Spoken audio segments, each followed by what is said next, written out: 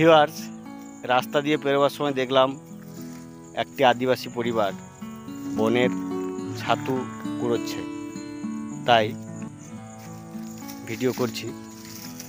এখন ওরা কুড়কুড়ে ছাতু, কেন ছাতু এগুলো তুলছে।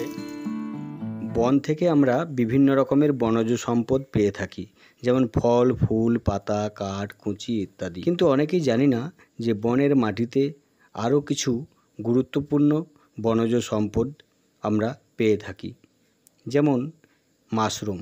কিছু মাশরুমের কথা হয়তো অনেকেই জানি বা চিনি, কিন্তু এমন কিছু কিছু মাশরুম আছে যা অনেকের কাছেই অজানা। এগুলো আদিবাসীরা ঠিক সময়ে বন থেকে সংগ্রহ করে এবং পুষ্টির চাহিদা মেটায়। এই মাশরুমের গুণাগুণ রয়েছে প্রচুর। তো এইসব বনজ মাশরুম কিভাবে সংগ্রহ করে দেখাবো আজকের ভিডিওতে। তো চলুন দেখে নিই। এগুলো কি ছাতু? কুড়কুড়ে ছাতু। এগুলো মাটির তলায় থাকে। কি করে বুঝতে পারো যে এখানে ছাতু আছে? মাটির ফেটে থাকে নাকি? আচ্ছা, এগুলা কেন ছাতু? কেন ছাতু। এই যে কালো কালো এগুলো কি খারাপ হয়ে গেছে না এমনি ভালো আছে? ভালো আছে। আচ্ছা, এমনি কালো হয়। কেন ছাতুগুলি কেন গাছের শিকড়ে হয় নাকি? না ছাতুটারই নাম? আচ্ছা আচ্ছা, একটা ছাতুর এক এক রকম খেতে স্বাদ, আলাদা আলাদা স্বাদ। আচ্ছা, হ্যাঁ, আর এটা আলাদা স্বাদ আছে। আচ্ছা, তাহলে শুধু ঘরে খাবার জন্যই করা? হ্যাঁ, ঘরে খাওয়ার জন্য।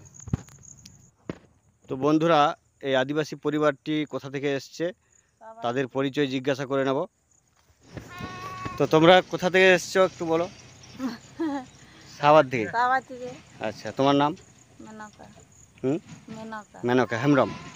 টুডু। মেনকা টুডু। মেনকা টুডু। আচ্ছা, আর একটা ছেলে একটা মেয়ে না দুটো মেয়ে? হ্যাঁ, দুটো মেয়ে। কি নাম তোর? হ্যাঁ, উষা। উষা টুডু। কিসে পড়িস?